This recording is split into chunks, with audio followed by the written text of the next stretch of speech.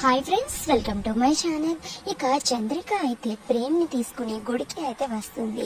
ఇక తరువాత చంద్రిక ప్రేమ్ ఇద్దరు కూడా దేవుడికి దండం పెట్టుకుంటూ ఉంటారు. ఇక అప్పుడే పంతులు గారు వచ్చి, ప్రేమ్ బాబు మీకు ఎలా ఉంది, ఇప్పుడు మీ ఆరోగ్యం బాగానే ఉంది కదా అని అయితే అడుగుతూ ఉంటాడు. ఇక పంతులు గారి మాటలు వినగానే ప్రేమ్ చంద్రిక ఇద్దరు కూడా షాక్ అయిపోతారు. అదేంటి పంతులు గారు, నాకు హెల్త్ బాగాలేదన్న విషయం మీకెలా తెలుసు అని అయితే ప్రేమ్ అడుగుతూ ఉంటాడు.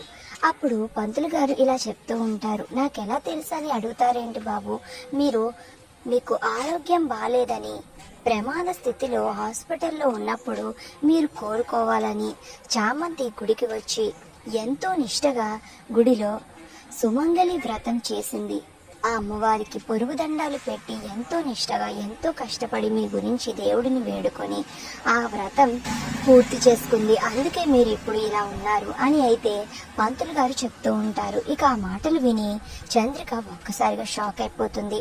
ఇక ఆ మాటలు వినగానే ప్రేమ్ చాలా సంతోషపడిపోతూ, అంటే చామంతి నేను కట్టిన తాళిని తన మెడలో ఉంచుకుందన్నమాట, నేను తన భర్తని కాబట్టి నా కోసం సుమంగళి వ్రతం చేసిందన్నమాట అని అనుకుని ప్రేమ్ చాలా సంతోషపడుతూ ఉంటాడు.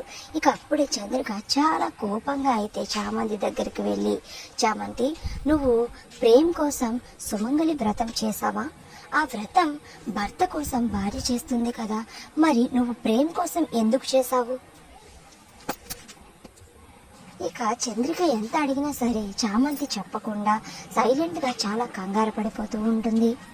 మరి చంద్రికకి చామంతి ఏం సమాధానం చెప్పనుంది? మరో పక్కన ప్రేమ్ అయితే చామంతి గురించి తెలుసుకొని చాలా సంతోషపడుతూ ఆనందపడిపోతూ ఉంటాడు. అసలు ఇప్పుడు ఏం జరుగుతుంది అనేది నెక్స్ట్ వీడియోలో తెలుసుకుందాం.